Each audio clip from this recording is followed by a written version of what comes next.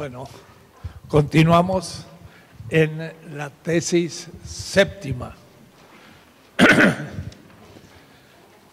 Esta es una tesis de conjunto, es una tesis que va a permitir entender qué es el capital industrial, el capital comercial, el capital financiero y cómo estas son categorías que se anudan. Pero lo quiero hacer desde un subtema del Marx definitivo. El joven Marx habla mucho del tema de la ideología y de allí el libro La ideología alemana. Sin embargo, justamente ahora en una edición crítica de ese libro se ha visto que no es lo que creíamos. En realidad fue un tomo armado con distintas partes de distintos manuscritos. Ni el título siquiera tenía de ideología alemana. Y es parte Marx, parte Engels y combinado.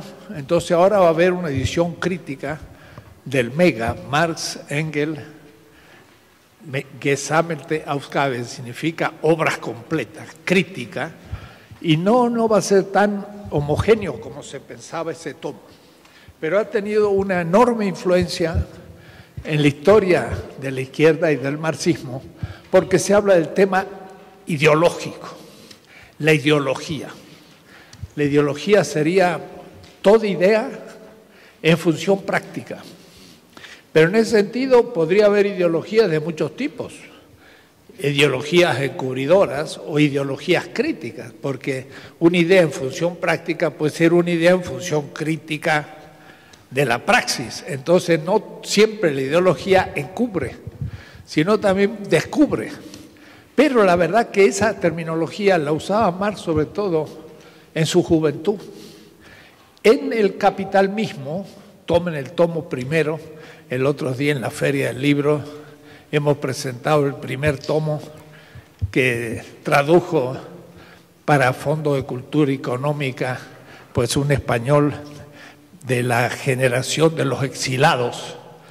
Y es un tomo que él traducía en las mañanas en el Fondo de Cultura Económica a las 9 y hasta la 1 leía el texto en alemán.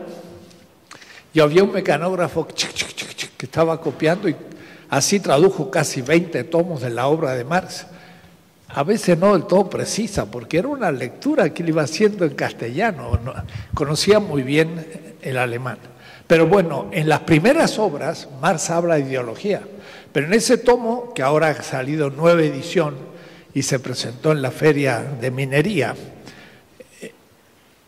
en ese tomo del Capital, Marx no habla de la ideología nunca. Ni siquiera dedica un capítulo, nada. ¿Qué pasó con el tema de la ideología? El tema de la ideología se transformó en otro tema. Y ese es el tema definitivo de Marx. Es el tema del fetichismo. El fetichismo es un mecanismo ideológico, si lo digo yo así, encubridor.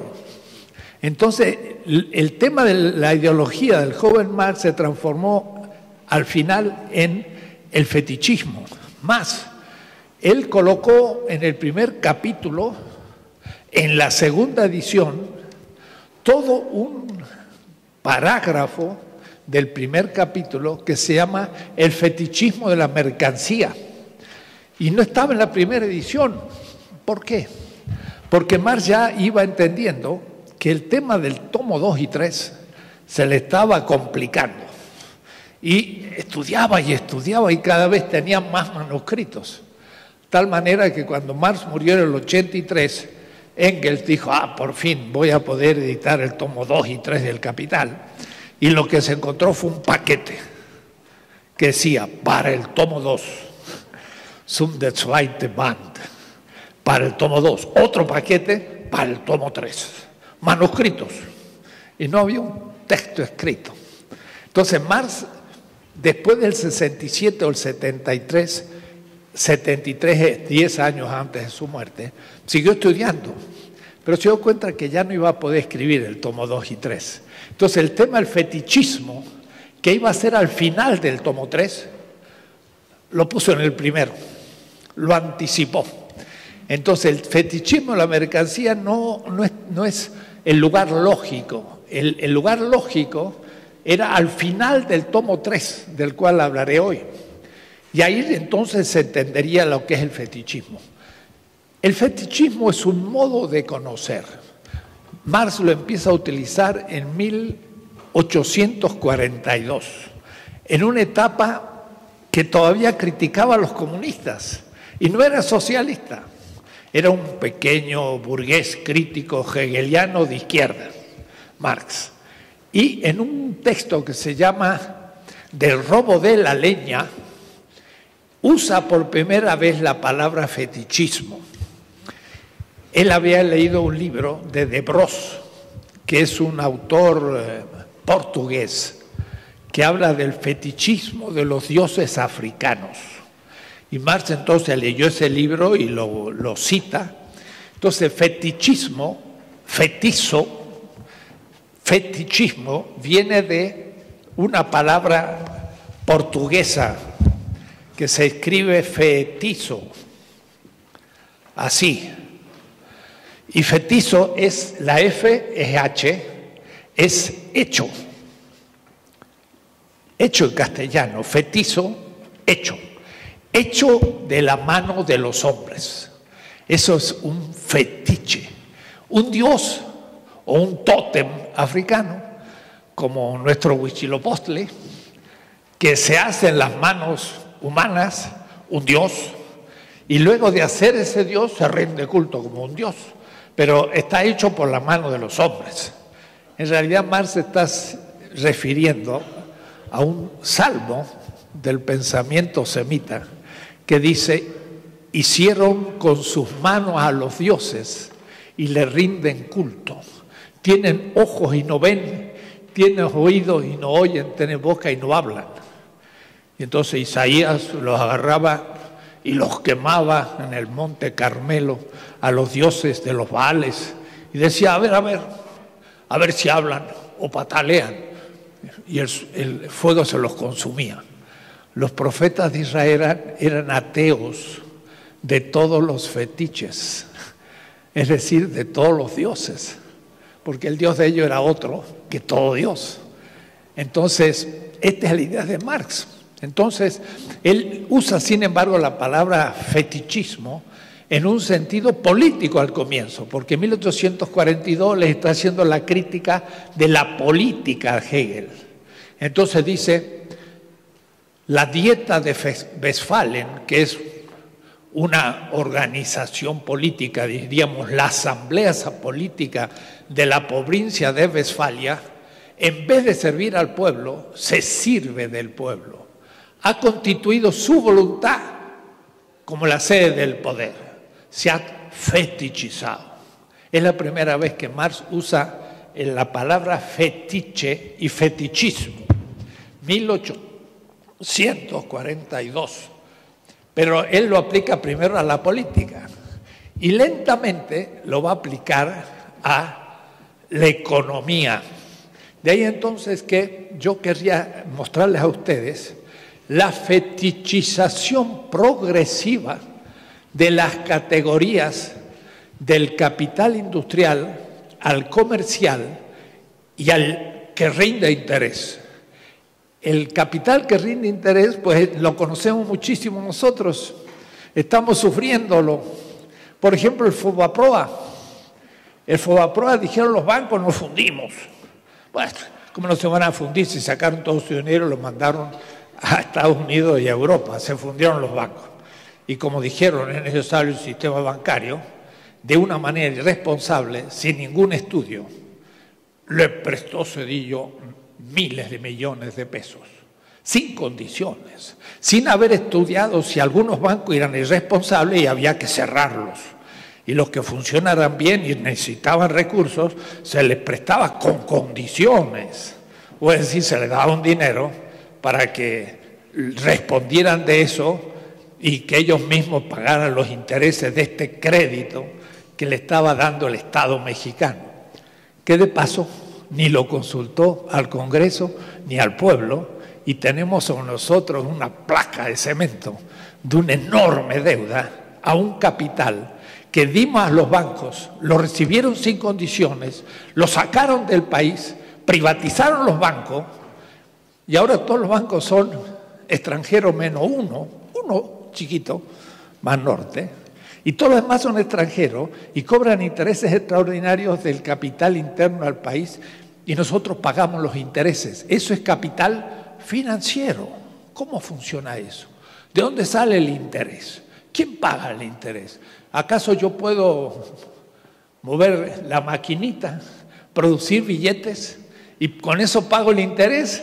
No, yo tengo que pagar el interés con mercancías, con trabajo humano objetivado, de tal manera que la pago con vida.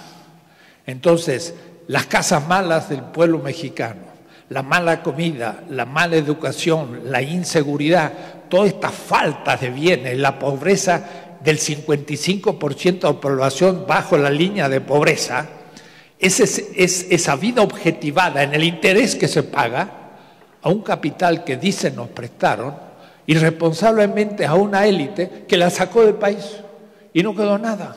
Y nosotros sí quedamos con la deuda que se paga no con billetes, sino con vida. Entonces, mire, la cuestión es muy grave. Esto le llama Marx el capital que rinde interés, Moloch.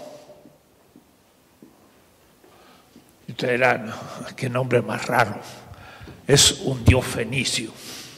Un dios fenicio, es decir, un tótem, un fetiche, algo hecho por la mano de los hombres.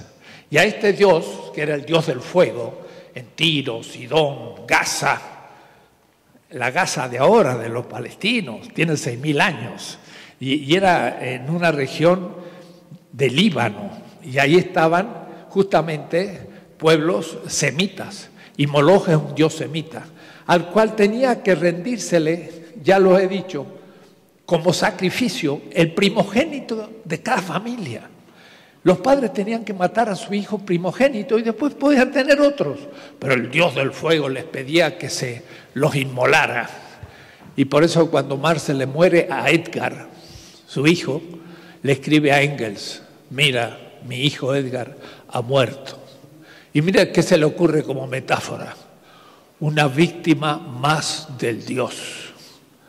Es decir, que lo tenía muy presente a Moloch en su cabeza, porque él era un pobre cuyo hijo era inmolado al dios, porque entre los fenicios de Tiro, Sidón, Gaza y otras ciudades fenicias, los ricos podían comprar un niño al pobre y en vez de inmolar su hijo, pues inmolaban el del pobre. Y entonces Marx dice, mi hijo, Edgar, es el hijo de un pobre. A él ya no puedo comprar otro para inmolarlo, se ha muerto. Porque no tenía calefacción, se le murió de pulmonía. Y por eso su hijo se muere ante el fetiche. Entonces el tema del fetichismo es, construimos dioses con las manos y este Dios tapa la realidad. Ese es el tema que reemplaza el tema de ideología en su juventud. Entonces el tema de la ideología en Marx es el tema del fetichismo en el Capital. El fetichismo es progresivo, cada vez es más el fetichismo. ¿Qué significa fetichismo para Marx? Él dice en un texto, blöd, Marx usaba palabras un poco fuertes, a veces blöd, en alemán significa tonto, de baile, ha absolutizado lo relativo. Estaba dando una definición de fetichismo. Entonces, entendamos bien de qué estamos hablando. Ya lo he dicho más de una vez, Marx es un gran teórico de la relación. Entonces, la relación A, un término, se relaciona a B, otro término, la relación tiene dos términos, es una relación C con una cierta dirección D. O es decir, toda relación tiene cuatro términos. Ya lo apliqué una vez, por ejemplo, ¿qué significa maternidad? La madre es madre si tiene un hijo o una hija. Si no tiene hija, es mujer. O hijo, es mujer, pero no madre. Para ser madre tiene que tener un hijo. El hijo o la hija, a su vez, para ser hijo, tiene que tener madre. Porque si naciera por generación espontánea, no tendría madre y no sería hijo. Por eso nosotros tenemos hilo umbilical, digo siempre, y por lo tanto somos hijos siempre. Entonces, la relación de A a B es C, maternidad. La relación de maternidad es la madre con respecto al hijo. Y la dirección es de la madre a la hija. Si invierto esto y digo hija es A y madre es B, la relación es otra. No es una relación de maternidad, sino, ¿cómo? De filiación. Es otra cosa. Entonces, la hija es hija de una madre y la dirección es de la hija a la madre y es una relación de filiación. Pero vean, estos son términos dialécticos. La definición de hija supone el de madre y la de madre supone la hija. O es decir, que en la definición de un término está el otro y no separado, porque si separo ya no entiendo. Marx dice, han absolutizado un término. ¿Qué significa? Que han cortado la relación. Y como la hija es relativa a la madre, la absolutizan. Y hacen una hija absoluta sin madre. ¿Cómo se produce eso en la economía? Bueno, le voy a decir la sustancia del asunto y lo vamos a ir viendo de a poco. ¿Cuál es el origen de todas las categorías? El trabajo vivo. El trabajo vivo es el punto de partida. Y la objetivación del trabajo vivo es el valor. Hay una relación, un término, segundo término. ¿Qué relación esta? Es de fundamentación o de esencialidad. Todo valor es trabajo objetivado. Trabajo objetivado.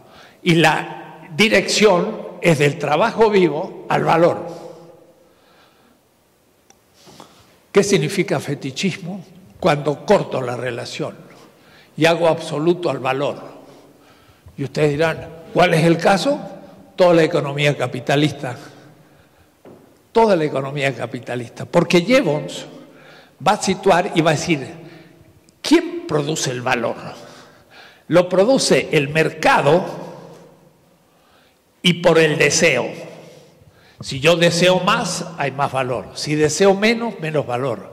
Y entonces quien constituye el valor es el mercado y el deseo. Pero el valor es una cualidad de la mercancía. Esta mesa vale 2.000 pesos y le atribuyo el valor a la mesa. ¿Qué relación hay con el trabajo vivo? Ninguna. He fetichizado el valor en la mesa. No me pregunto de dónde le viene el valor a la mesa. Ha desaparecido el otro término. Lo he absolutizado lo relativo. Lo relativo es el valor como objetivación de vida. Es tan relativo que queda fundado en la vida que se objetiva. Si corto la relación del valor, hago un absoluto. Y este absoluto ya se refiere al mercado. Ignoro el otro término de la relación. Y entonces Marx dice, se fetichiza. Miren qué concepto más hay que pensarlo. Entonces, se fetichiza, dice Marx, la persona, que es el trabajador, se hace cosa. ¿Por qué? Porque ya vimos que el trabajo vivo, la persona, cuando es subsumido en el capital, lo voy a poner con K, como los alemanes, se transforma en un medio para adquirir ganancia. Entonces hay una máquina y hay una madera, y hay un serrucho para hacer la mesa, y hay un obrero, y el obrero es como otro componente de la mesa. Le llaman capital humano. Pago 5 de salario, 5 de los medios de producción, y en este caso la persona se ha transformado en una mediación de la ganancia, en una cosa. Y la cosa, que es el capital, dice Marx, se ha transformado en una persona, porque como si fuera una persona que está gestionando todo, incluyendo al obrero, dentro del capital por subsunción. La subsunción del Marx definitivo es el concepto de alienación del Marx joven, y el concepto de ideología del Marx joven es el concepto de fetichismo en el Marx viejo. Y entonces el trabajo vivo es subsumido, alienado en el capital, y de personas se transforma en cosa, y se olvida la relación del trabajo vivo con el valor, y ahora el valor que se valoriza es como un sujeto personal, y el obrero se ha transformado en una cosa como mediación del capital para adquirir ganancia. ¿Se va siguiendo? Algunos dicen, ¿de qué está hablando? Bueno, después lo escuchan por segunda vez en el vídeo, y lo veremos también escrito. Entonces lo podrán reflexionar más. El fetichismo es absolutización de un término, y a su vez también es el ocultar los momentos esenciales del capital, y principalmente el trabajo mismo como persona y el plusvalor, porque el trabajo vivo no es fuerza de trabajo, sino mucho más, y el plusvalor no aparece. Entonces el fetichismo absolutiza un término, pero además oculta categorías que, al serse invisibles, ya desaparecen en el análisis de la economía política de Adam Smith, de Malthus, de Walras, hasta de Keynes, y qué decir de Hayek, el fundador del neoliberalismo, o Milton Friedman, que también es su alumno norteamericano. Es toda una economía fetichizada. Entonces, también se fetichiza toda la economía política, pero también la filosofía política. Y se los he dicho más de una vez, pero lo quiero repetir ahora en la doctrina del fetichismo. Desde la época de Hobbes y después de Adam Smith se dice, hay un individuo, Hobbes, que pelea contra otro individuo y pone en riesgo la vida, y para no matarse firman un contrato, y este contrato es la base de la socialidad o de la sociedad política. ¿En qué sentido esos conceptos ya están fetichizados? En este sentido, todo individuo inevitablemente forma parte de una comunidad, y ser individuo es como el trabajo vivo que se objetiva en el valor, es una relación. Hay una comunidad del cual cada uno de sus miembros es un individuo, pero la comunidad es la que funda la individualidad, porque no habría individuos sin comunidad, pero ellos a esta relación la cortan y absolutizan un término, B, como en el caso del valor, y dicen, originariamente hay un individuo, y ya se olvidaron la comunidad, fetichizan la individualidad. Entonces ya ese concepto no es empírico, es un concepto abstracto, fetichista, con el cual después dicen, es un individuo que no tiene relaciones. Vuelven a fetichizar, porque todo individuo es parte de una historia, y como parte de la historia siempre tiene instituciones, todas, no puede no tenerlo, hasta el del Paleolítico hace 3 millones de años, porque hasta los primates tienen instituciones. Los primates tienen, por ejemplo, la institución del macho dominante. Y esta es una institución, pero que puede funcionar para un pequeño grupo, porque el macho dominante no puede dominar sino 4, 5, 6, 7 hembras y unos machos pequeños, adolescentes, pero cuando ya son competitivos los echan. Entonces el grupo no puede crecer. Hay grupos de primates más pequeños que sí forman bandas de 500 y estos logran ya una organización más grande, institucional, porque como son pequeños, para poder luchar contra otros animales necesitan ser muchos y crean ya organizaciones más complejas que la de los primates, que es muy simple, pero siempre hay instituciones. Entonces, pensar que el contrato lo hacen individuos abstractos y este contrato primero es el que crea la socialidad, es también fetichista, porque se olvidó que la historia está detrás de toda institución y el contrato no está delante del individuo que lo firma, sino que está detrás del individuo en la historia, porque nació ya institucional. O es decir, ya nació con un contrato. Puede ser un segundo contrato, mejorarlo, hacerlo explícito, pero las costumbres, como la lengua, ya la tienen. Y no crea la lengua el individuo a cero. Es como si uno crease su lengua. No puede, ya la tiene. Y la tienen también los animales. Y el ser humano la fue creando. Entonces, estos son todas categorías fetichistas. Tanto de la política, el individualismo de Hobbes, como el mismo individualismo de Adam Smith, que se apoya sobre Hobbes. Pensamos que Hobbes es 1646 y Adam Smith es 1776, 75, el origen de la riqueza de naciones. Son 130 años después de Hobbes, pero Hobbes ya empieza el individualismo fetichizado y el contractualismo fetichizado, y lo que hace Adam Smith es aplicarlo a la economía. Y toda la ciencia se vuelve una narrativa fetichista. Y lo sigue siendo hoy. Porque dicen, somos por naturalezas egoístas y luchamos contra los otros compitiendo. Eso es lo que pasa en el mercado capitalista.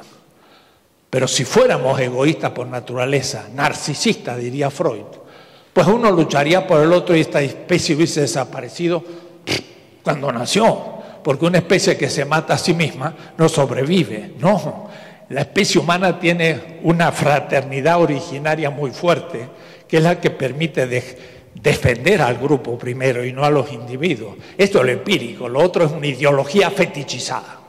Y así empieza la ciencia económica, que es decir, que los supuestos de la ciencia económica que se enseña en las facultades de economía es fetichista.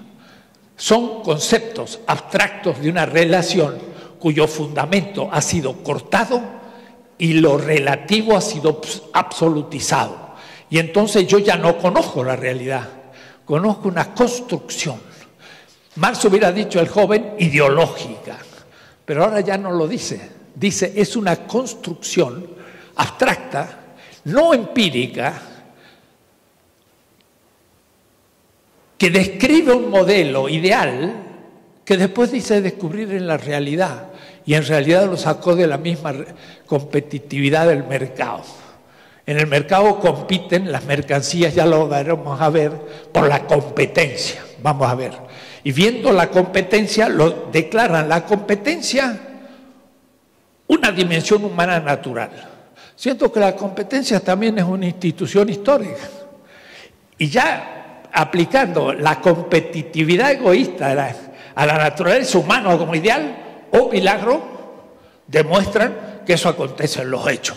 Lo que pasa es que han partido del mercado, han hecho un modelo ideal a partir del mercado y al volver al mercado dicen, miren, lo volvemos a descubrir, pero es un círculo porque había partido del mercado. Entonces, es una construcción que oculta. Entonces, la economía moderna fetichiza sus supuestos al individuo, lo autonomiza al individuo de la comunidad y también fetichiza la referencia al trabajo vivo, que desaparece y que aparece de nuevo como capital humano.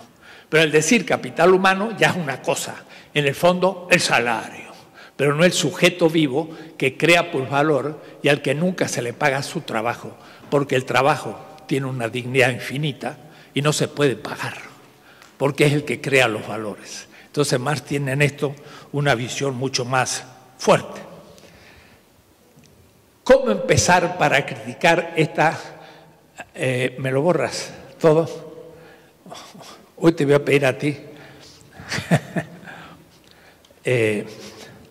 Marx plantea un horizonte que algunos pueden llamarle utópico, pero yo mejor le voy a llamar un postulado.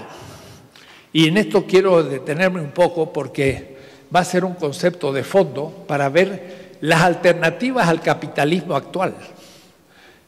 Más que un proyecto y más que una utopía, va a tener que ser un postulado. Esto lo ha trabajado muy bien Franz Hinckelhammer, pero ya también lo planteó Kant. Kant tiene 4 etapas, el filósofo alemán.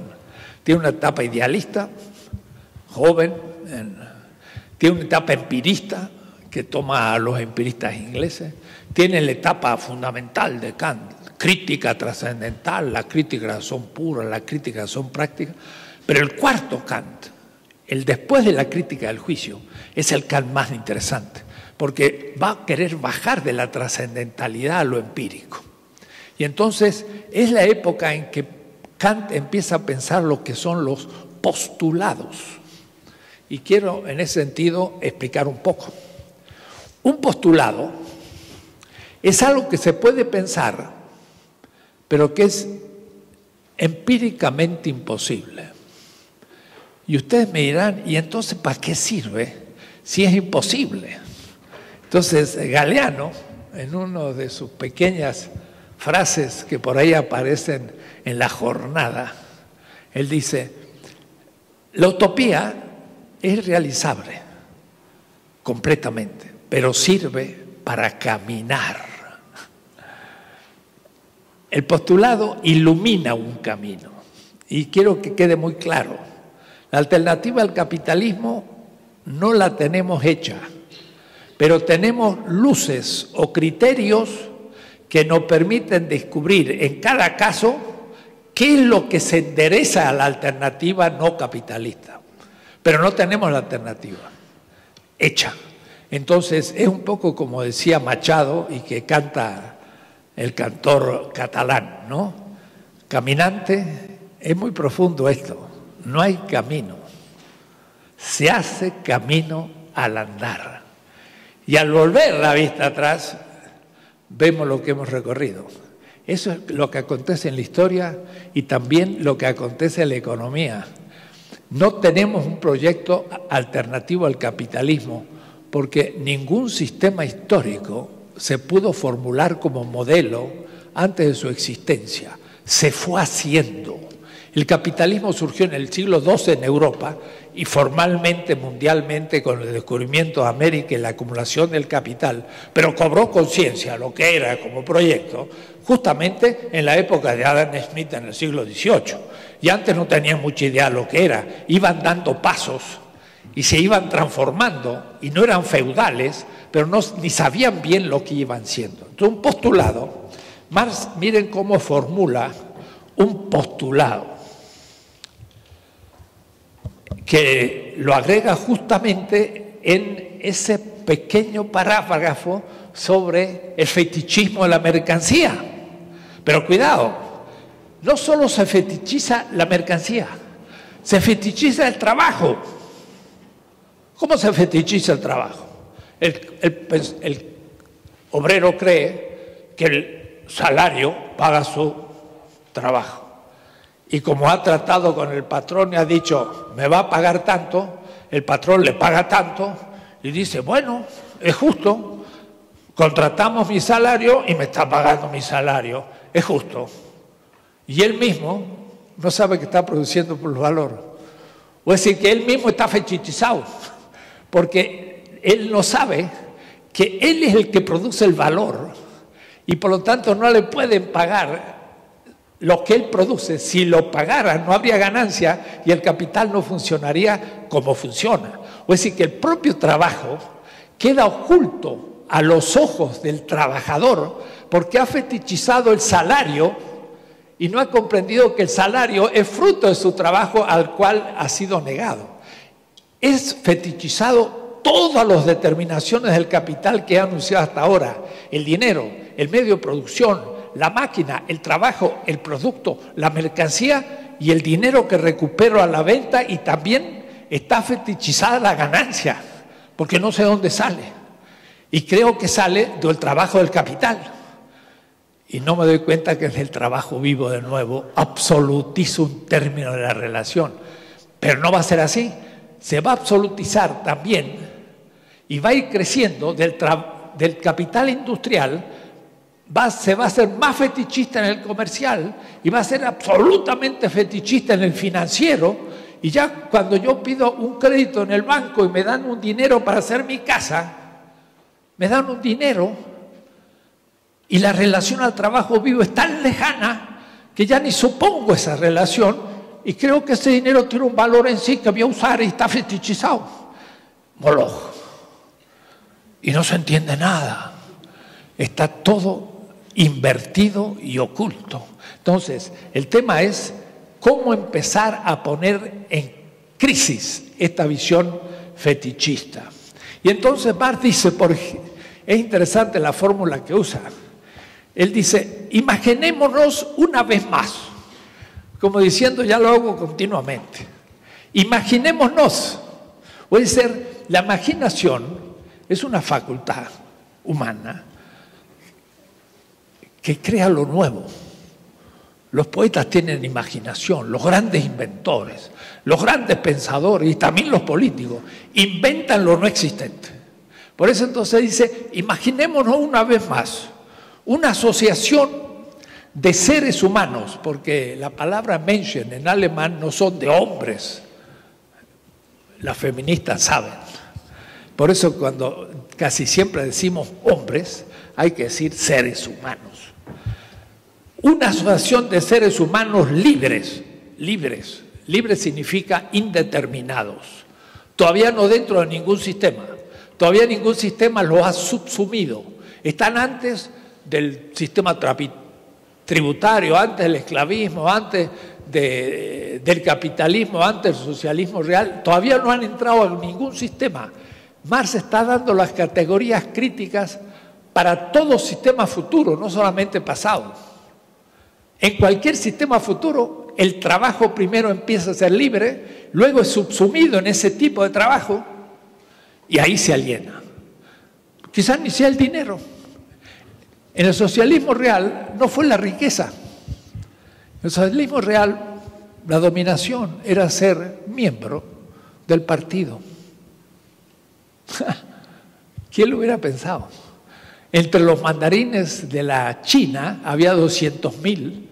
Esos eran los que dominaban el sistema chino hace 2.200 años. Eran unos 250.000 en el imperio chino en sus buenas épocas. Hoy son 6 millones de miembros del Partido Comunista. Muchos más, pero en el fondo casi lo mismo. Los mandarines de antes siguen siendo los de hoy, pero como dice Chomsky, los nuevos mandarines. Claro que él piensa en las tanques de pensamiento de las universidades, son los nuevos mandarines, pero también son los miembros del partido, porque no han sido elegidos sino desde arriba y son pocos. Bien, pero él dice, imaginemos una asociación de hombres libres, todavía no determinados, que trabajen con medios de producción comunitarios, gemeinschaftlich. En alemán, gemeinschaftlich es comunitario, no colectivo. Marx no usa nunca la palabra Kollektivität. No es colectivo, es comunitario. Y nuestros indígenas tienen un sistema comunitario. Y las usinas, que eran los sistemas tradicionales de producción rusos eran comunitarios. Y Marx dijo, la China puede pasar directamente al socialismo sin pasar por el capitalismo. Entonces, mucho cuidado, porque Marx tiene como ideal una comunidad, no una sociedad colectiva. Ni siquiera tiene propiedad estatal o pública, sino propiedad común. Lean el último libro de Antonio Negri, Commonwealth, lo común. Y aunque yo no me gustan los anteriores, Imperio y Multitud, en este está mucho mejor Antonio Negri y habla de lo común. No es lo público ni lo privado, es algo distinto. Lo público es una sociedad política, pero lo común es una comunidad. Entonces Marx piensa en una comunidad y desde esa utopía, desde ese postulado, pensable, pero imposible de realizarlo plenamente. Porque cuando quiero hacer esa comunidad, empiezo a crear instituciones que son determinadas. Inevitablemente voy a lograr durante un tiempo grandes avances, pero después me van a empezar a plantear limitaciones y se va a ir descubriendo su injusticia. Entonces, un sistema perfecto, por definición, es imposible. Y muchos alumnos o estimados discípulos me dicen, maestro, y si un sistema perfecto es imposible, ¿para qué luchar? Claro, si fuéramos perfectos, puede haber un sistema perfecto. Pero si hay uno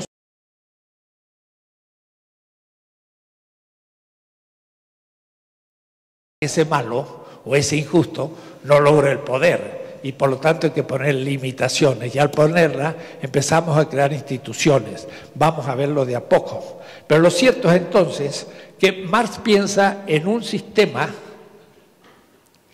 que va a ser puesto en cuestión. Entonces, él piensa en un postulado que es una asociación de hombres libres, comunitarios, que van a primero mirarse a sí mismos y decir, somos una comunidad. Y luego van a pensar de relacionarse a la naturaleza y producir algo. Y lo que produzcan va a ser social. Y eso que produzcan lo van a tener que racionalmente gestionar, lo cual significa un tipo de democracia.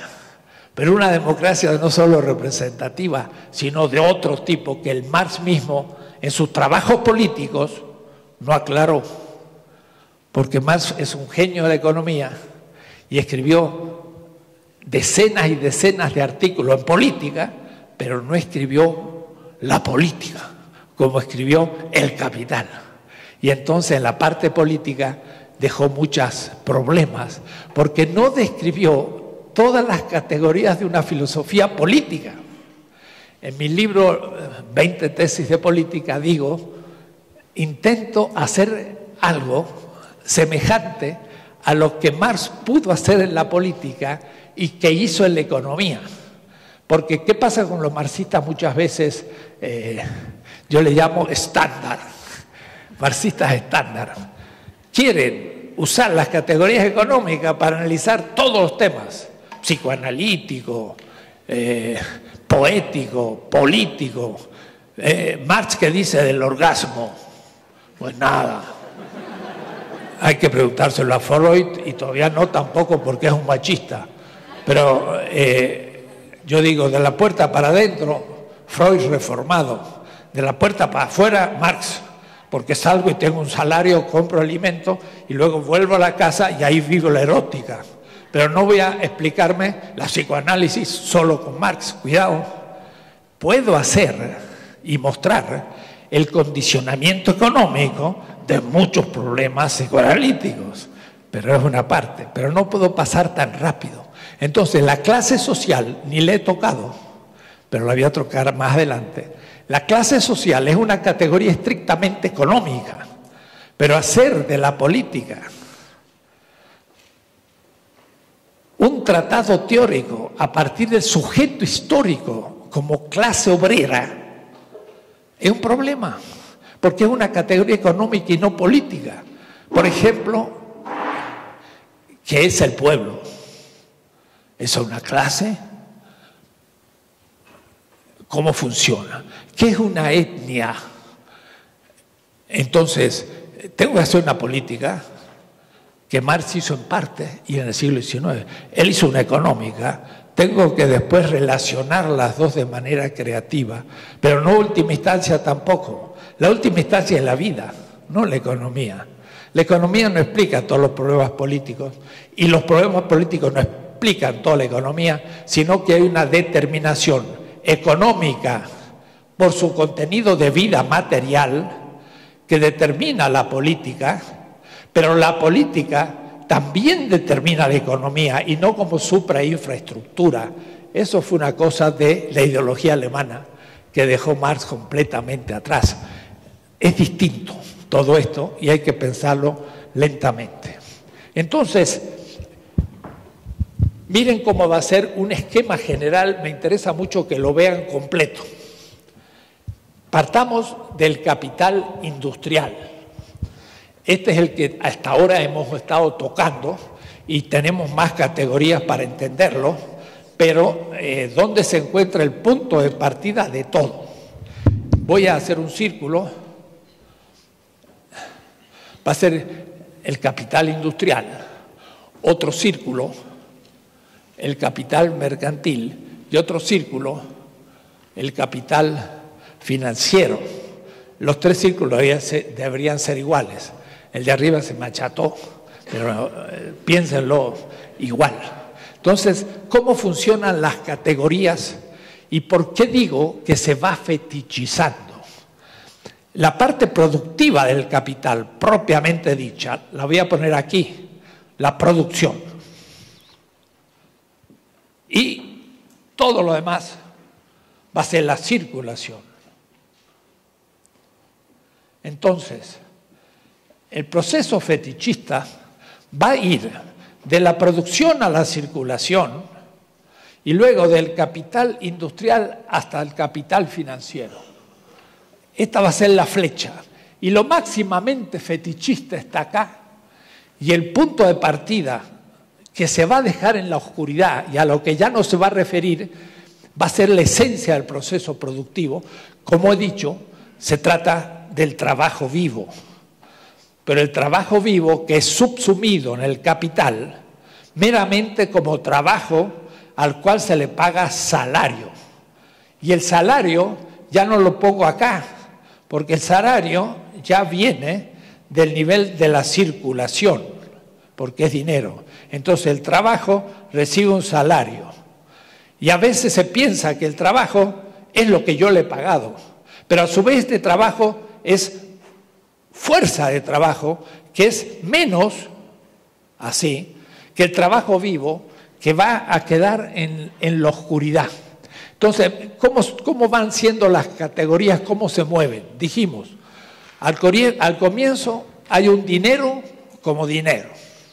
Entonces pongamos dinero. Y va a ser dinero 1. Se acumuló no como capital, sino acumulación feudal o de las minas, o donde ustedes quieran, no todavía a través de un salario ni de plusvalor. En la segunda vuelta, Marx habla de capital 1, capital 2, capital 3. Es una espiral. Capital 1, dinero. Capital 2, ya es dinero como capital parcialmente. La tercera rotación ya es dinero mucho más plusvalor y llega un punto en que el 99% del capital es puro plusvalor acumulado y entonces realmente propiamente capital. En los Grundrisse, él habla entonces que esta primera vuelta es el capital 1, la segunda el capital 2, la tercera el capital 3 y va mostrando la diferencia en cada uno. Eso que hacen los Grundrisse ya no lo hacen el capital. Entonces, por eso que es interesante ver las diferentes redacciones para ir entendiendo. Este dinero de inmediato ya va a ser capital después de una vuelta. significa que es un dinero que ya va a tener plusvalor de la vuelta anterior del capital o la rotación del capital. Entonces el dinero es circulación. Yo compro en el mercado mercancía y compro, entre comillas, trabajo. Y entonces dice, pues el comprador encuentra en el mercado un valor de uso que es la fuente creadora del valor. Y usa la palabra fuente, no fundamento, no productiva, sino creadora del valor. Entonces, esto es la circulación porque es el mercado. Está viéndose el mundo del mercado. Pero una vez que yo ya tengo al obrero y ya compré la madera y la sierra para hacer la mesa, entonces dice Marx, abandonemos la superficie visible del mercado, es el mundo de Hegel fenomenológico, e introduzcámonos en el misterio del capital, la fábrica, el nivel productivo. Y entonces ahora dentro de la fábrica está el obrero, hecho cosas, mediación, para mover la sierra, cortar la madera y hacer el producto. La persona se ha transformado en cosa, ha sido subsumido, ha sido alienado, ha sido destituido de su dignidad. Ahí está el problema ético. Yo soy profesor de ética. ¿Dónde es la falta ética del capital? Ahí. Tomar una persona humana como un instrumento del aumento de la tasa de ganancia. O es decir, como una cosa. Se pasa de persona a cosa. Y entonces Lukács va a llamar la cosificación del ser humano. Ya no hay una persona.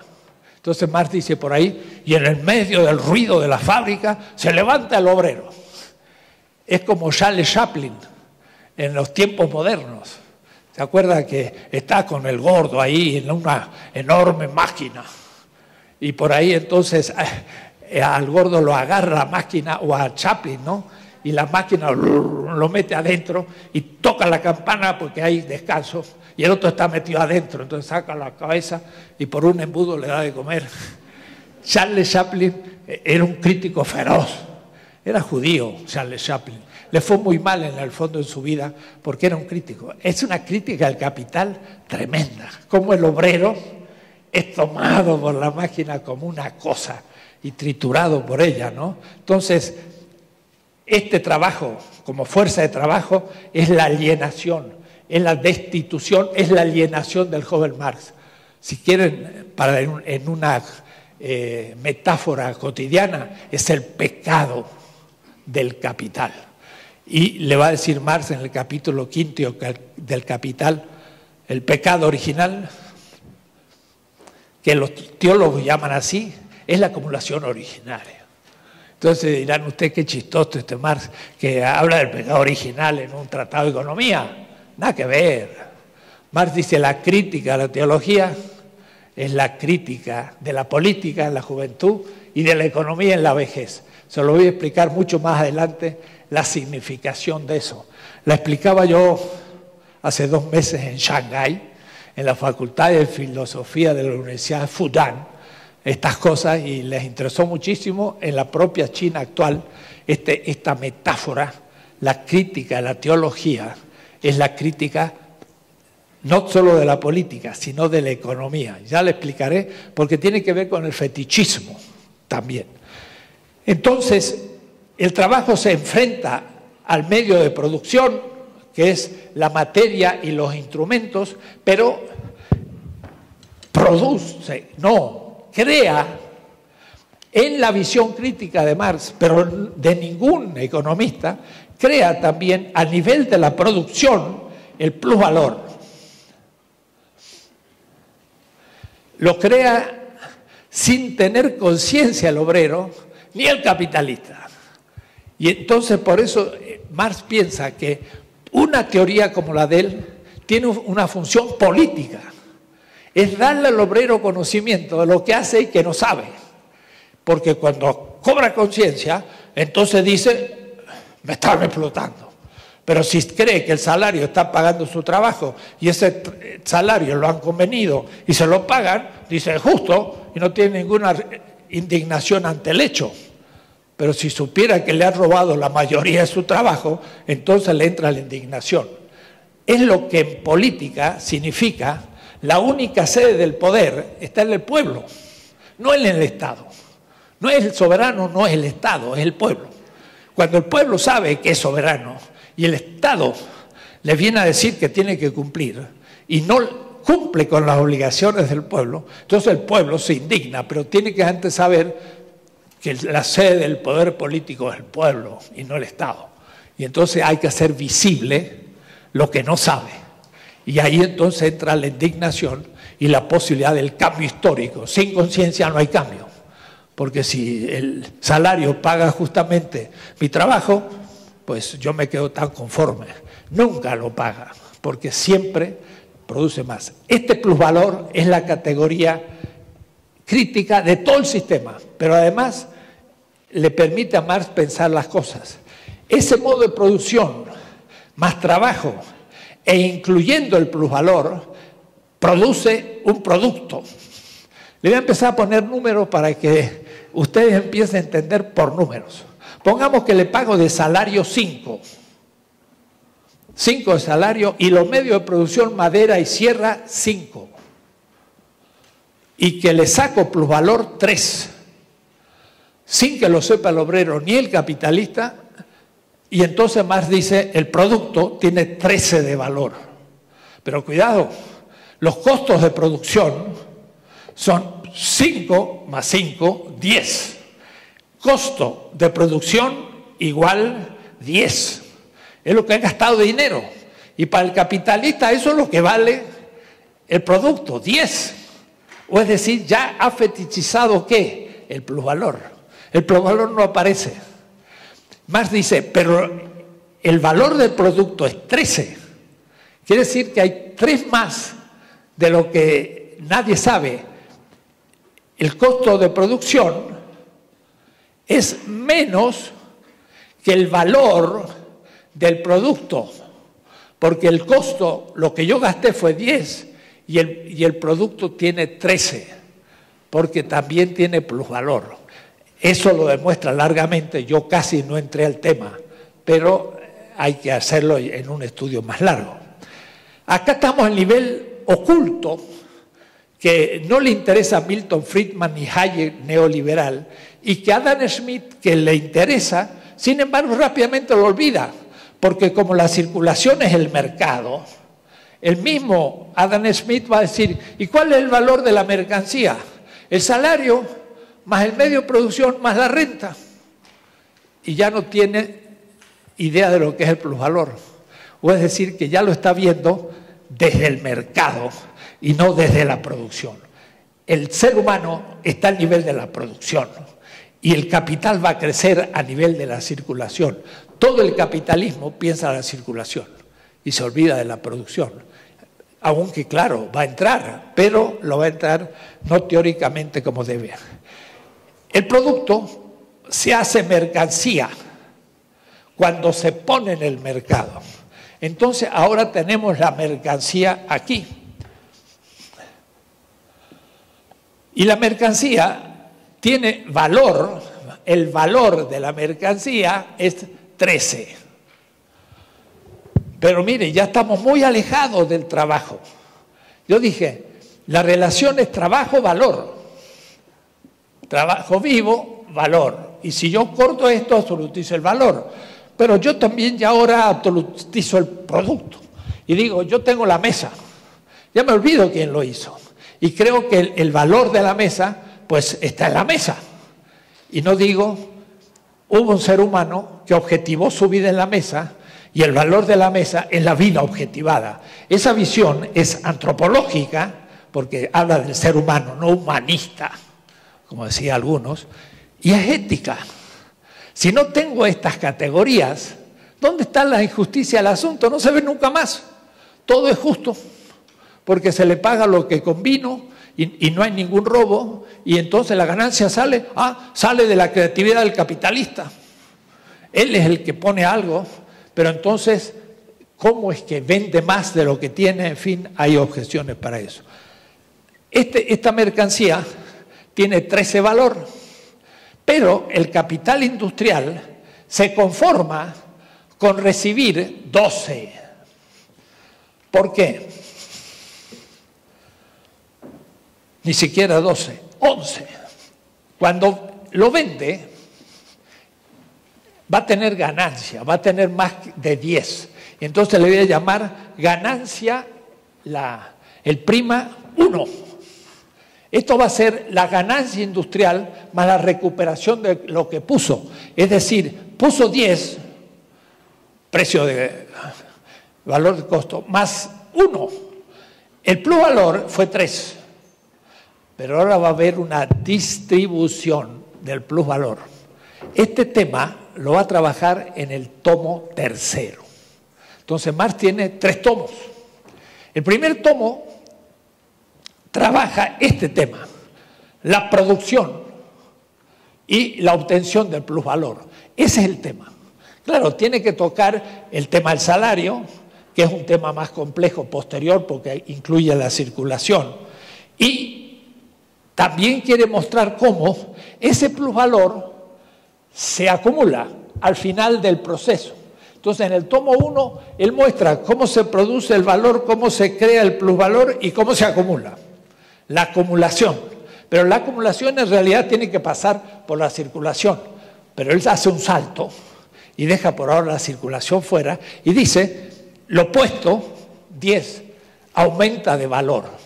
Y ahora entonces, valorización del valor, volumen, o vamos a llamarle tomo 1 del capital. En el tomo 2, él va a hablar de la circulación, el tomo 2. Entonces va a hablar de esta parte, pero también va a tener que incluir el capital comercial, lo vamos a ver. Y entonces él dice, el valor es en la producción, el ser del valor, el valor se manifiesta en la circulación, es la existencia del valor, y el valor deviene real cuando se distribuye al final, y es la realización del valor. Estas palabritas, cuando yo las leía lentamente, decía, ¿por qué realización? ¿Por qué existencia? ¿Por qué el ser? Está hablando como Hegel. En el primer tratado del ser, de la lógica, aparece el ser. El ser es lo que la cosa es. Pero cuando se manifiesta en el mundo de los fenómenos, se llama existencia, lo que está fuera de sí, fundado en la esencia. Y en la tercera parte es la realización. Son las cosas que producen efectos. No voy a explicar esto del todo porque se nos haría largo. Mire, después de 4 o 5 semestres sobre Marx, hacíamos un paro y leíamos toda la lógica de Hegel, que es el libro más difícil del pensamiento moderno. Y solo cuando los alumnos leían la lógica de Hegel, entendían Marx. No puedo hacerlo aquí, pero habría que hacerlo, porque está usando justamente la diferencia entre lo que meramente es de lo que está fundado y aparece en el mercado, que es la existencia, y la realización donde se reúne la producción y la circulación en el tercer tomo, que es, ya lo veremos enseguida. Pero estas cosas son sistemáticas, más largas, y este curso piensa ser muy inicial, es decir, simple. Está mostrando el panorama a 2000 metros. Si agarramos la avioneta a 50 metros, veríamos hasta los arbolitos y los perros que van por allí, más en detalle. Por ahora estamos viendo la cosa más en general. El capital industrial vende la mesa ¿a quién? A un comerciante. ¿Por qué? Porque esto se lo compra de inmediato. Le digo, compro sus 100 mesas. Entonces le paga. Pero lo que estoy diciendo es puramente hipotético, no vale, pero para que ustedes empiecen a ver el significado. Debe recuperar los 10 que puso, que es el costo de producción, más al menos 1 de ganancia, y ya es el 10%, pero 10% de ganancia, porque la ganancia se calcula, la ganancia con respecto al total del costo de producción. Pero ¿cuánto ha sido la explotación del plusvalor? Le pagó 5 y sacó 3. No fue el 10%, porque el 10% era 0.5 y sacó 6 veces más. Es el 60% de plusvalor. La ganancia es 10%, pero habiéndole pagado 5 de salario y habiendo hecho 3 de plusvalor, igual 60% de explotación del trabajo. ¡Acha! Esto es más que esto. Entonces, la tasa de ganancia es lo que le interesa al economista, pero no se ve en la explotación del ser humano. El ser humano se ve en la tasa de explotación del obrero. Y Marx lo escribe en inglés. Taste of exploitation. Él escribe en alemán, pero esto lo pone en inglés. La tasa de explotación es ética y la tasa de ganancia es puramente económica. La economía capitalista no tiene ética, no puede tenerla. Y por eso Hayek dice, no me pregunte usted problemas éticos, porque la economía no tiene nada que ver con la ética. Cuidado, la economía tiene una moral capitalista. No hay que robar al otro, hay propiedad privada, hay que cumplir con los contratos, hay que respetar la competencia y punto. Que eso sea inhumano, no me lo pregunte. Marx es un ético. Está pensando en el ser humano y une el ser humano, vida humana, con la economía gracias a sus categorías de valor. Yo le explicaba esto al profesor Appel, maestro de Habermas, y entendió a medias, pero entendió que Marx es el gran economista ético. Y todos los clásicos, Adam Smith, Milton Friedman, son no éticos. Abstraen la ética de la ética. ¿Por qué? Porque desligan el ser humano de necesidades y productor y fetichizan el capital ya en el mercado. Por eso que después Hayek va a decir, el mercado no es lo que se creía Adam Smith, es ya van a ver ustedes, es un modo de conocimiento, porque me da los precios de las mercancías. Ya vamos a ver lo que dice Hayek y Milton Friedman, que es la economía vigente. Es la que está aplicando el presidente del Banco de México y todos nuestros economistas. Después aumenta la pobreza y no saben por qué. Privatizan la energía y se la regalan al capital internacional o al mexicano oligárquico y el pueblo se vuelve más pobre y no saben por qué. Porque todas las categorías que tienen están fetichizadas y el ser humano que trabaja y el ser humano como necesidad no está en el horizonte, no existe. Entonces existe el mercado fetichizado, hecho un absoluto, porque a su vez hay una relación entre la producción y la circulación. Y si yo corto la producción, fetichizo la circulación, y eso es toda la economía que se estudia, porque matemática de altos grados y modelos y todo, ¿para qué? Para hacer funcionar el capital como circulación, pero los seres humanos no pueden entrar porque no hay categoría que los incluya. Ese es el problema y Marx es el único que lo hace y lo hace a fondo. Qué paradójico. Es el economista que ve la dignidad del ser humano, no como cosa, sino como ética. Yo diría, es el único espiritual de todos los economistas. Los otros tienen un craso materialismo explotador del ser humano. Entonces, en la página 100, no en la página, sino en mi texto, vamos a leer un texto pequeño de Marx para escuchar En la segunda parte del Tratado del Capital se ocupa del proceso de circulación. El producto es puesto en el mercado y por ello deviene mercancía, etc. Dice, la totalidad del capital se manifiesta como circulante. O es decir, el trabajo vivo se objetiva en el valor y en el producto, circula. Aún en el proceso de producción hay un tipo de circulación. Claro, en lo que se llama circulación aparece más claro. La mercancía circula hasta que se vende como dinero y el dinero se acumula como dinero que empieza una nueva rotación. Pero ya sería una segunda rotación, sería este caso. Entonces, el capital circula aún en la producción. De tal manera que en el ciclo de la fase de la producción transita, sin embargo, también a las sucesivas metamorfosis. Entonces, llama fase a la producción y a la circulación otra fase.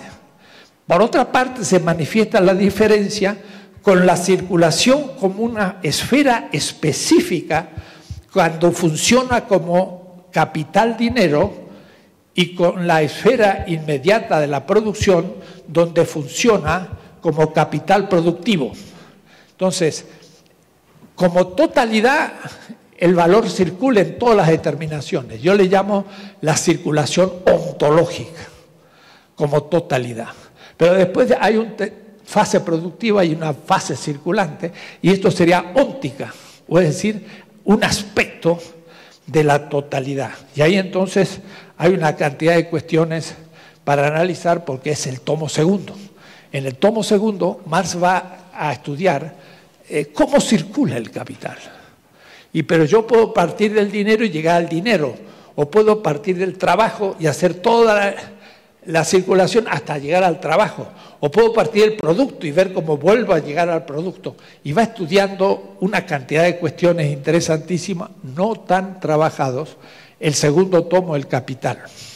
En el tomo tercero, como dije, es que se une la producción y la circulación, y es donde entonces se habla de la distribución del plusvalor, porque dije 3, pero la ganancia en el capital industrial va a ser 1, la ganancia en el capital comercial va a ser 1, y la ganancia en el capital financiero va a ser 1. 1 más 1 y más 1, o mejor, es 3, plusvalor. Significa que la ganancia productiva sale del plusvalor, que la ganancia al comerciante sale del plusvalor y que el interés que se paga sale del plusvalor. Quiere decir entonces que se gana. El plusvalor se distribuye en los 3. Y todo tipo de ganancia es plusvalor distribuido. Entonces ese es el tema del tomo tercero, cómo se distribuye el plusvalor en los distintos tipos de capital. No hay ganancia que salga de la nada, sino que todo sale de un trabajo no pagado. Ahora piensen ustedes, esta ganancia que va a ser interés, está lejísimo ya de este trabajo vivo que trabajó en la fábrica. Entonces yo el dinero que veo en un banco, Citibank, en dólares, ¿cómo voy a ver en él sangre de un obrero? Ya no se ve. Ese es el fetichismo. Ya no hay más relación entre el interés que se paga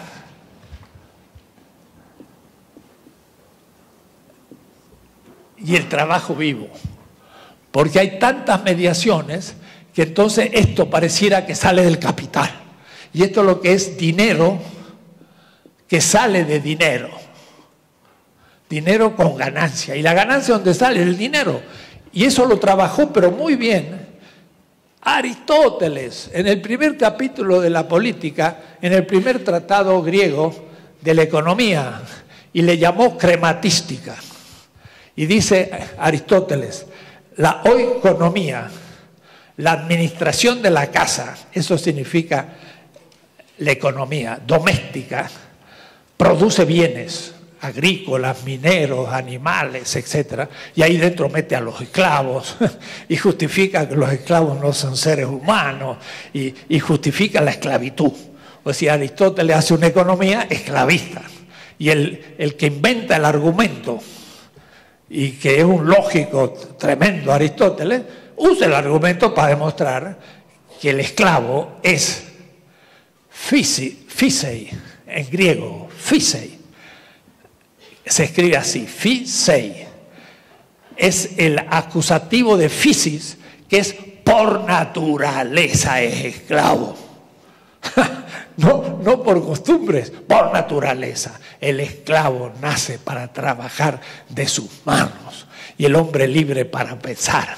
Aristóteles, el inventor de la lógica. Quiere decir que puede ser un gran lógico y un gran fetichista. Hay filósofos analíticos que son grandes filósofos y grandes fetichistas. Los peores de todo porque argumentan muy bien.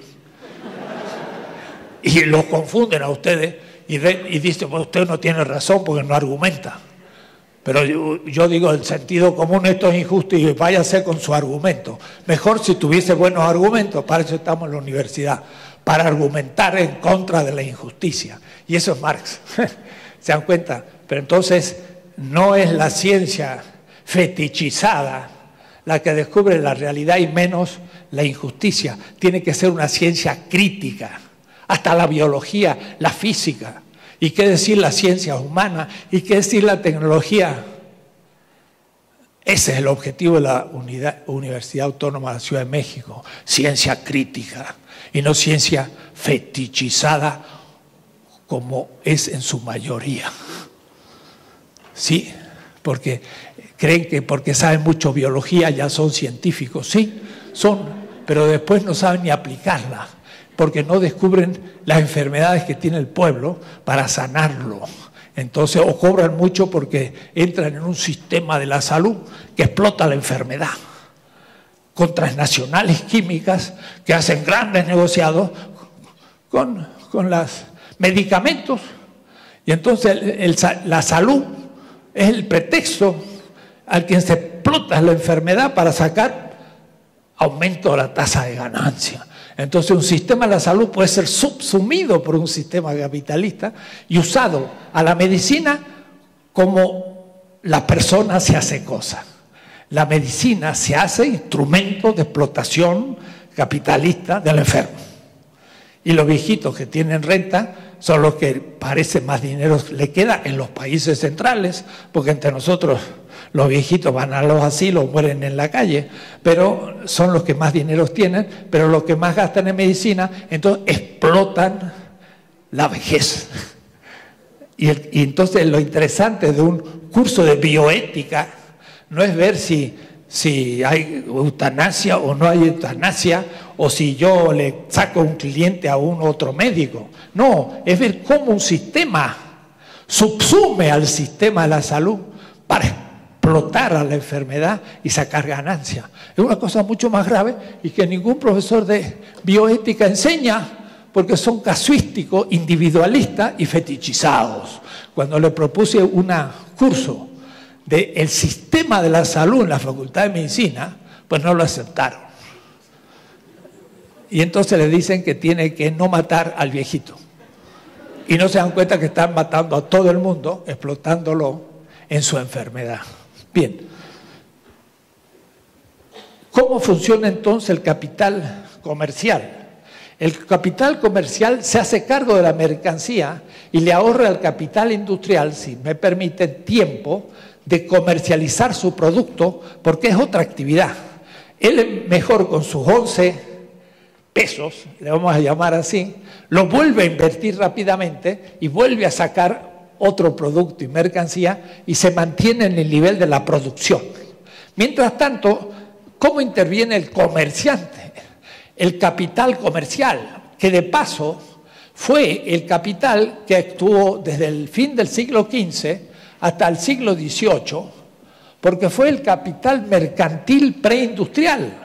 ¿Qué era capitalismo?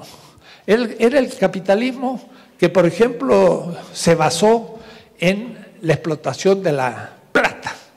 La plata también había que lograrlo, había un trabajo productivo, pero en realidad se lograba dinero, porque el oro era dinero. Entonces se se obtenía directamente el dinero en la plata. Además, miren ustedes, el capital está en el tiempo y en el espacio. Hay unos temas interesantísimos sobre la espacialidad del capital. Y yo he dado clase a los arquitectos mostrándole que las ciudades no las han diseñado los arquitectos ni los urbanistas, lo ha diseñado el capital a las ciudades. Decía Le Corbusier, un arquitecto, las ciudades medievales la proyectaba el burro. ¿Por qué? Porque si había un montículo, el burro daba la vueltita. Si había una piedra, daba otra vueltita. Y entonces, por donde andaba el burro, iban las calles y luego se hacían las casas, y las ciudades medievales son llenas de curvas y no hay ninguna.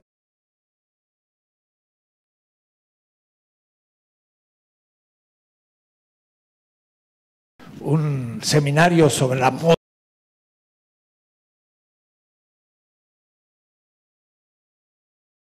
Entonces se estaba dando, digo, usted ha visto que la modernidad empieza con la conquista de América, como diciéndome, ¿qué pensará este bárbaro?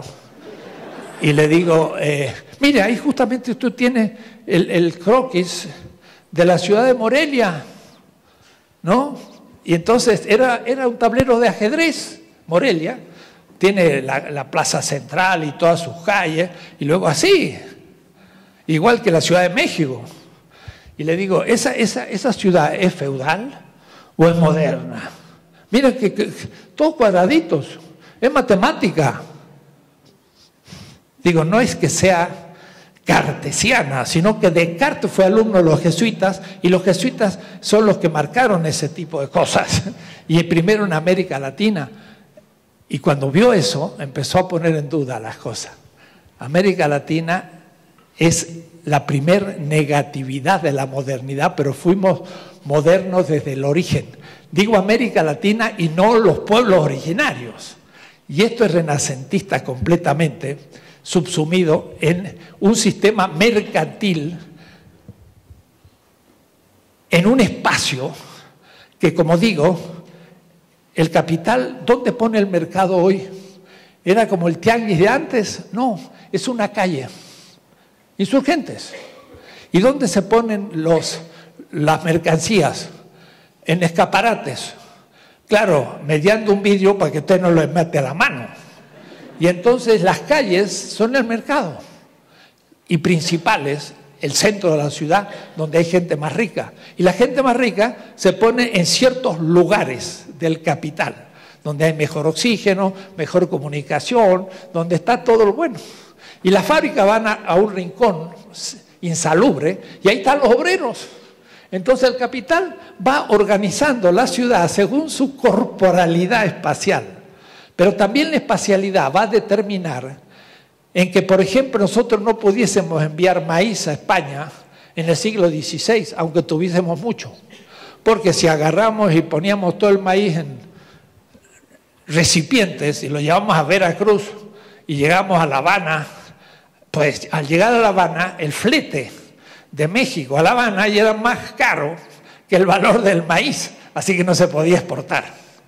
El espacio para transitar cuesta y la mercancía tiene un cierto valor. Entonces, ser un capital periférico, ya veremos, no es lo mismo que ser un capital central. ¿Qué significa capital central? Ya veremos. Pero ¿qué se podía transportar? 1 kilo de plata. Eso me lo pongo yo en mi bolsillo y me agarro una carabela y llego a España y soy riquísimo y no necesito mucho espacio.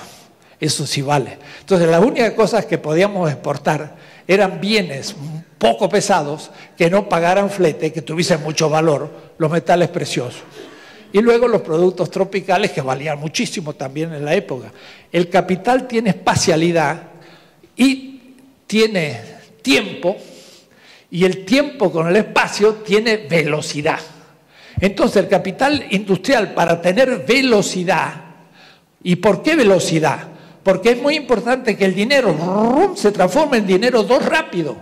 Si dura 1 año, tengo que enviar el bien a España y después vuelve con una carabela, la ganancia que hice duró como 1 año y medio. Mientras que si se lo vendo a un comerciante y me lo da de inmediato, al mes siguiente puedo hacer rotación del capital. Y entonces la velocidad va determinando. Heidegger tiene un libro que se llama Ser y Tiempo. Y nunca pensó que el tiempo de su gran libro de ontología es el tiempo del capital. Es el tiempo de la velocidad. Es el tiempo del estrés. Y entonces ahí en los Führer, que eran grandes banqueros alemanes, que hicieron grandes créditos a Carlos V, y que este se fundió y tuvo que renunciar, abdicar, porque estaba endeudado.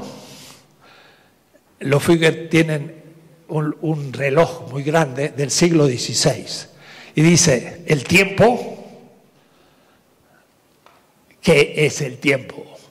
Gold, oro. Y el oro es el dinero, el valor. Ahora el tiempo es el capital. Entonces, si tenemos todo un relojito acá, es porque el tiempo es oro. Los indígenas no lo tenían, porque lo miraban inexactamente gracias al sol y tenía un ritmo distinto a la vida. Pero nosotros estamos marcados porque el tiempo es oro. Claro, además hay otros que escriben en el dólar, in God we trust. Ahora, da la casualidad que Moloch y Mamón, para los semitas, Mamón era el dinero. Y el fundador del cristianismo dijo, hay dos dioses, Mamón o el Dios de Israel. Y Mamón era el dinero. Y los norteamericanos son tan sinceros que le han puesto al billete in God we trust. En Dios nosotros confiamos. Es decir, en el billete. Es decir, fetichista. Pero yo digo, hay un error de caligrafía, o mejor, no caligrafía, sino de ortografía. In God we trust, no, in gold. Gold, perdón. Ahí. Después da O, in gold we trust. En el otro oro nosotros confiamos. Y entonces, este es el tema del fetichismo. Es que es lo que está detrás, la riqueza, es un verdadero Dios. Por eso hay un capital comercial que compra la mercancía. ¿De dónde saca el dinero? Lo saca de un dinero 3. Hay un dinero 1 del capital, hay un dinero 2 de que compra la mercancía y la vende. Entonces aquí hay un dinero prima 2, que es la venta que el comerciante hace de la mesa. Pero ¿de dónde sacó su dinero el comerciante? ¿Y cuánto le pidió al capital financiero? Le pidió, no me tengo que confundir, 11. Le pidió 11 y lo vende a la mercancía por su valor, 13. Y entonces, como pidió 11, se guarda 1. Pero como lo vendió por 13, le puede dar 12.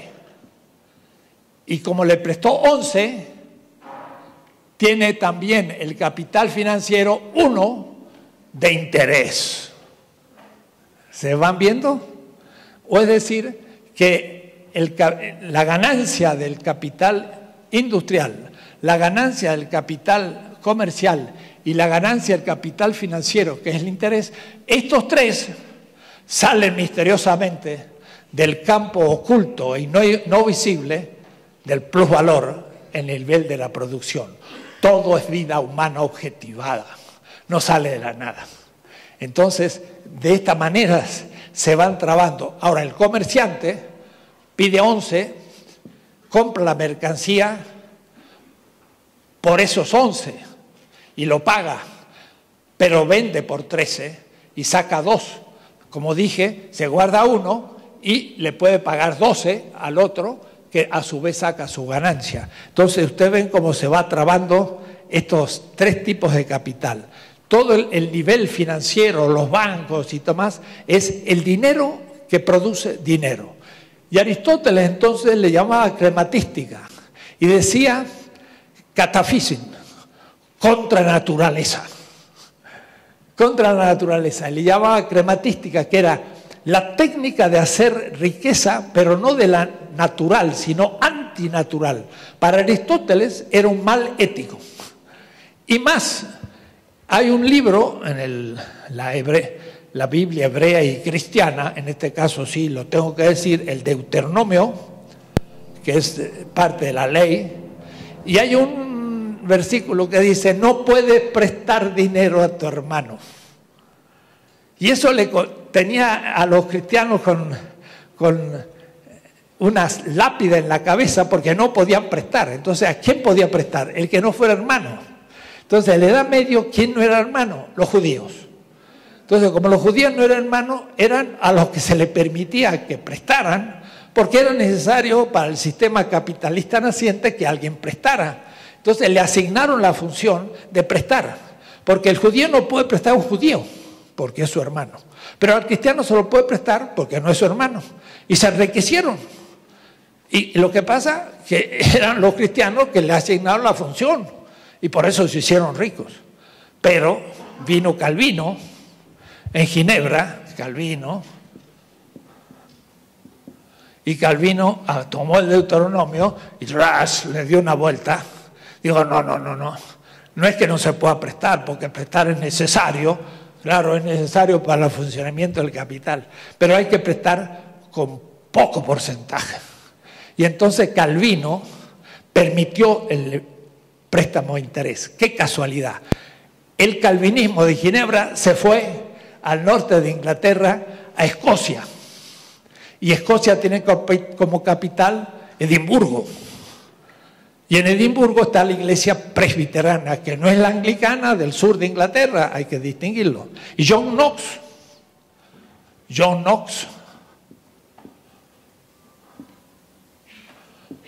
fundó el presbiterismo, que es el calvinismo inglés. Qué casualidad, Adam Smith es presbiteriano. Y todos los grandes economistas de Manchester, de Edimburgo y de Glasgow, del norte de Inglaterra, calvinista. Entonces, ese es el tema de Marx. Hay que hacer una crítica de la religión calvinista, la teología, para hacer una crítica a la economía capitalista. Porque los calvinistas han hecho un cristianismo adoptado al capitalismo, donde no se ve ninguna contradicción entre el capitalismo y el cristianismo. Y entonces, miren qué cosa, los calvinistas han invertido el cristianismo como han invertido la economía. Hay que invertir la inversión.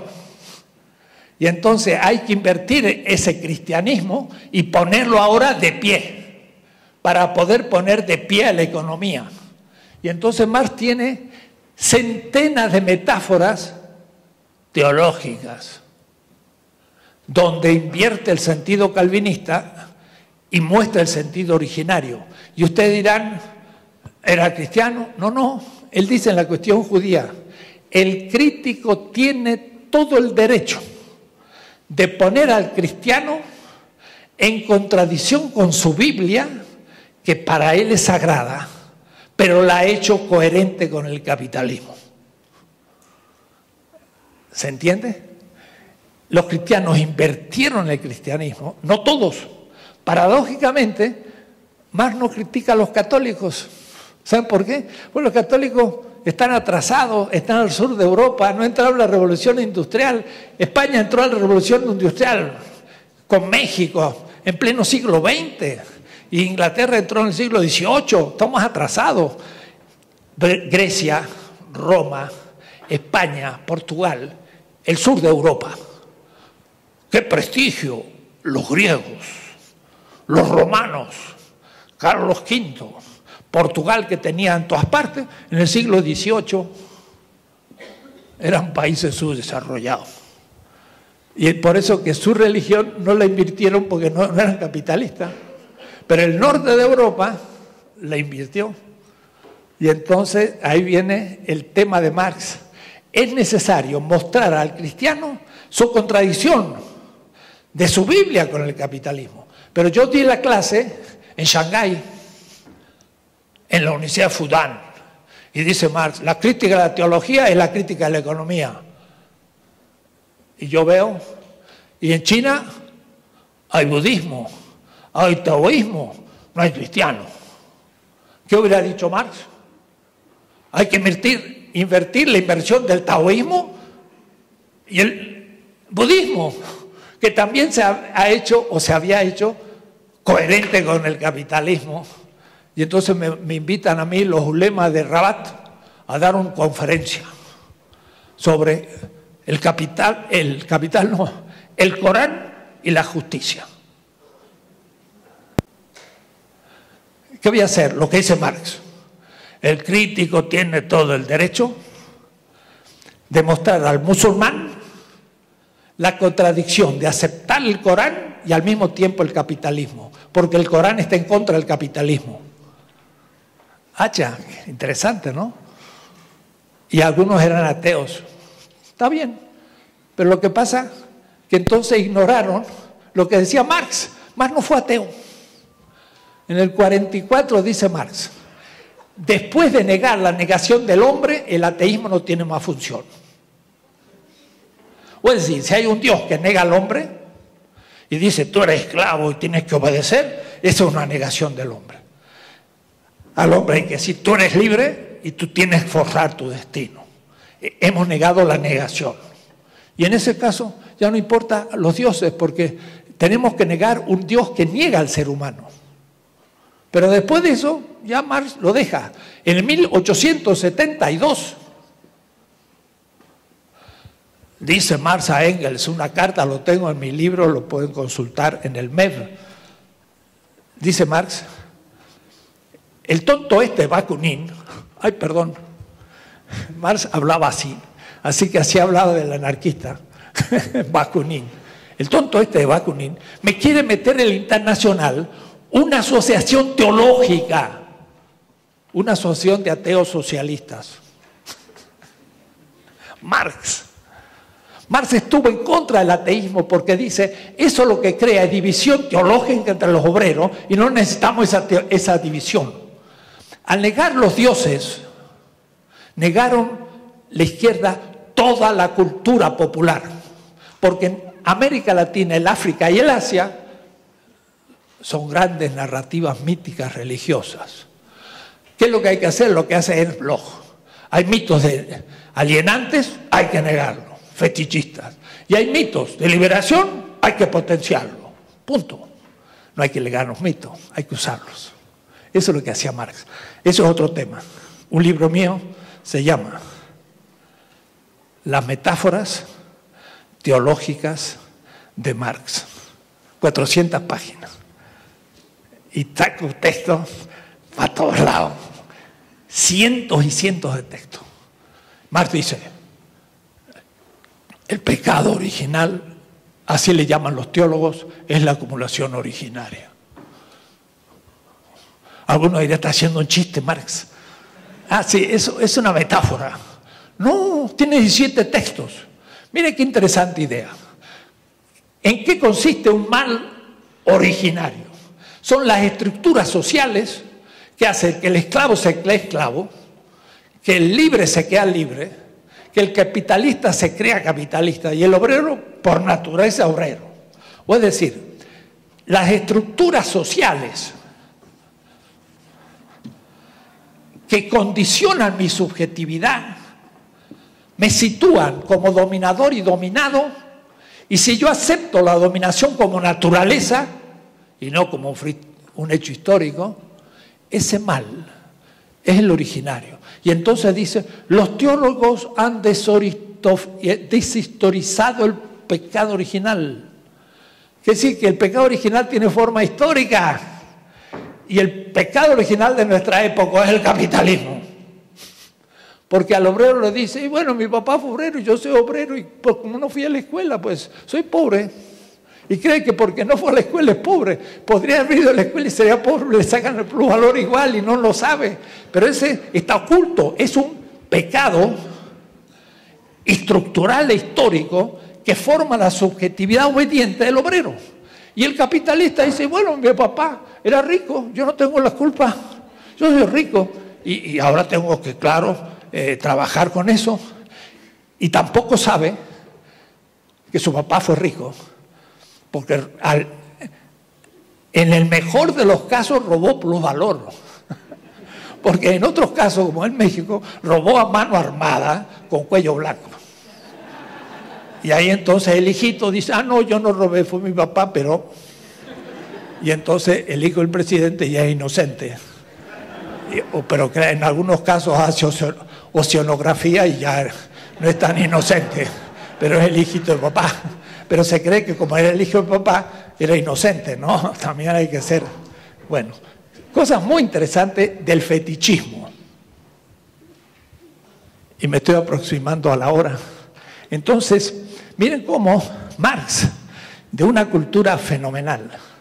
Marx era alemán, pero estuvo en Francia, hablaba francés, estuvo en Inglaterra, estudió el castellano para leer el Quijote, estudió el ruso para hablar con los populistas rusos, con Danielson y todo el movimiento populista. Sabía parte de su hebreo, su griego porque era filósofo al origen, latín. Bueno, era un hombre cultísimo. Además, estudió para ser asistente de Bruno Bauer. Y Bruno Bauer era profesor de teología en Bonn. Y lo echaron. Lo echaron porque justamente planteó el tema del ateísmo como antifetichismo. Y lo echaron de las facultades de teología de Bonn. Y Marx iba a ser su asistente. Así que si no lo hubiera echado a Bruno Bauer, hubiéramos perdido al Marx economista porque hubiera sido teólogo. Por suerte lo echaron a Bruno Bauer. El pobre Marx no pudo entrar a la universidad, se quedó siempre desocupado y quedó hasta su muerte crítico y escribió El Capital. Pero sabía de los temas de una gran cultura y los marxistas no tienen esa cultura, ni los mejores, ni Lukács, ni Engels. Porque Engels al fin era un propietario de una pequeña fábrica de su padre que puso en Manchester y vivió como un capitalista porque tenía obreros asalariados y vivía de eso. Marx nunca trabajó siquiera porque no lo logró, era un desocupado, pero no era un empresario, sino que era un poco una especie de hippie que dedicó todo su tiempo al trabajo, ¿no? Bueno, entonces el tema era el siguiente: ese interés que paga el banco, y alguien pone en un banco 10 pesos y después un año le da 1, dice, este salió de mis 10 pesitos. El que puse aún, el persona que pone, y el banquero dice, ven, soy un benefactor porque le doy a usted 1 peso de interés. Bueno, ese peso es trabajo vivo, plusvalor, pero está lejísimo. Ya no se ve ninguna relación, son relaciones relativas, y cuando corto esto, creo que el dinero produce dinero a interés, y lo veo como un absoluto, y entonces ese es un mecanismo de ocultamiento cognitivo. Es una ciencia fetichizada en donde puede sacar resultados inmediatos, pero nunca desde el origen. Entonces, el pensamiento crítico de Marx, por último, diría una sola cosa y lo dice explícitamente. El trabajo es todo.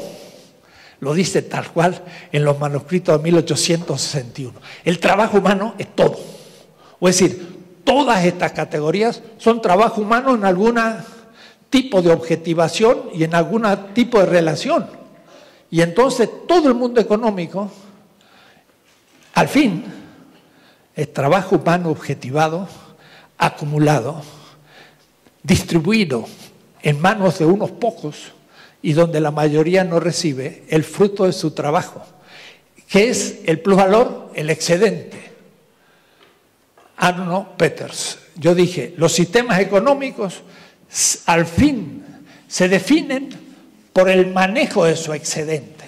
Y hice ese esquemita que puede parecer como una pequeña matriz, donde el sujeto 1, el dominador, domina al sujeto 2.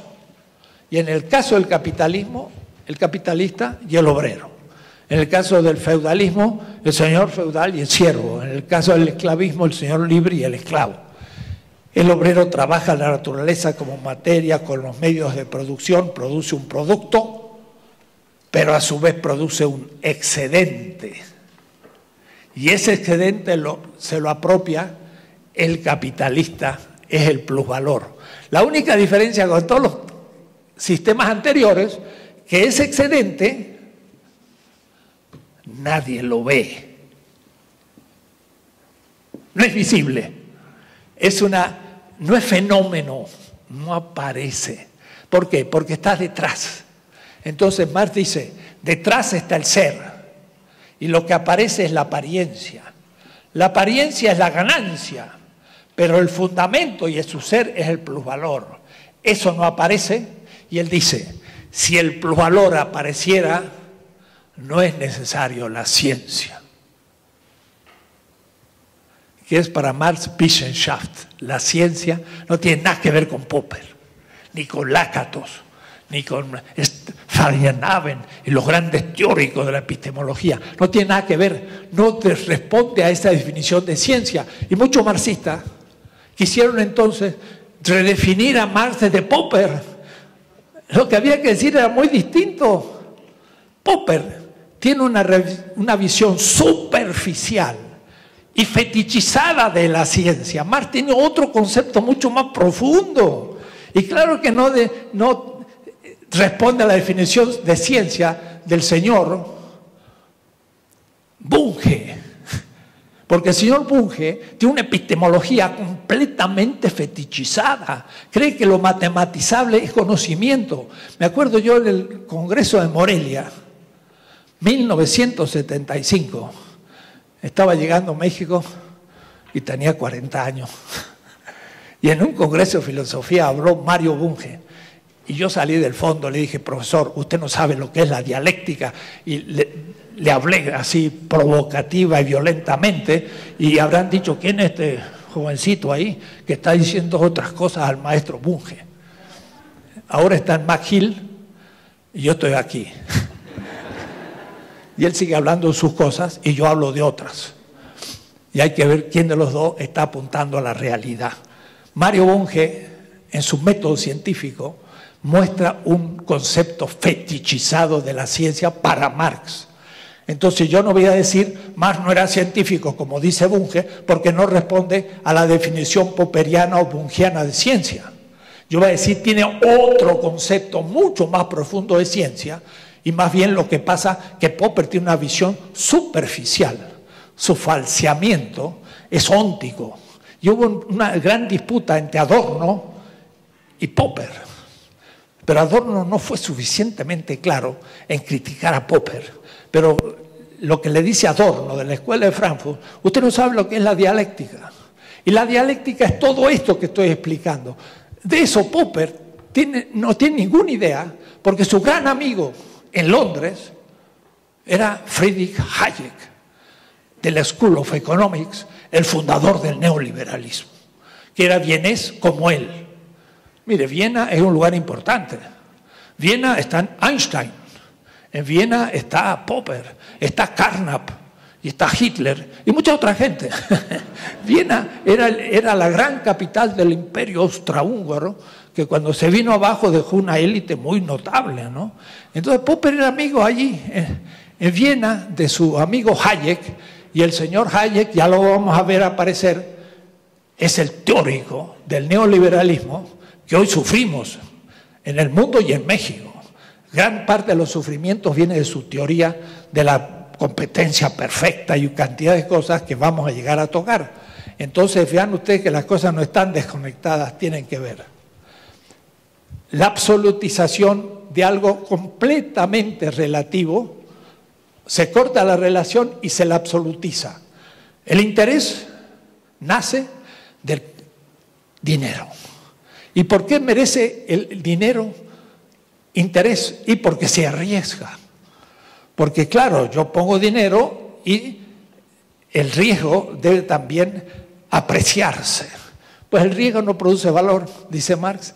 El único que produce valor, y lo crea, es el trabajo humano. Y esa es la ley del valor. Ningún valor surge, valor de cambio, sin trabajo humano. Es una antropología, no un humanismo. Y si yo le robo valor a otro, lo mato en algún aspecto de su vida, porque es una metafísica de la vida humana. Es un gran pensador, es un hombre completamente vigente en la esencia del capital. Luego todo esto, cuando se vuelve concreto, vamos a ver qué pasa en el caso de países centrales, países periféricos, teoría de la dependencia, cómo se explica eso, de cómo se roba un país periférico, que es trabajo vivo, pero es trabajo vivo de una nación, no de una persona.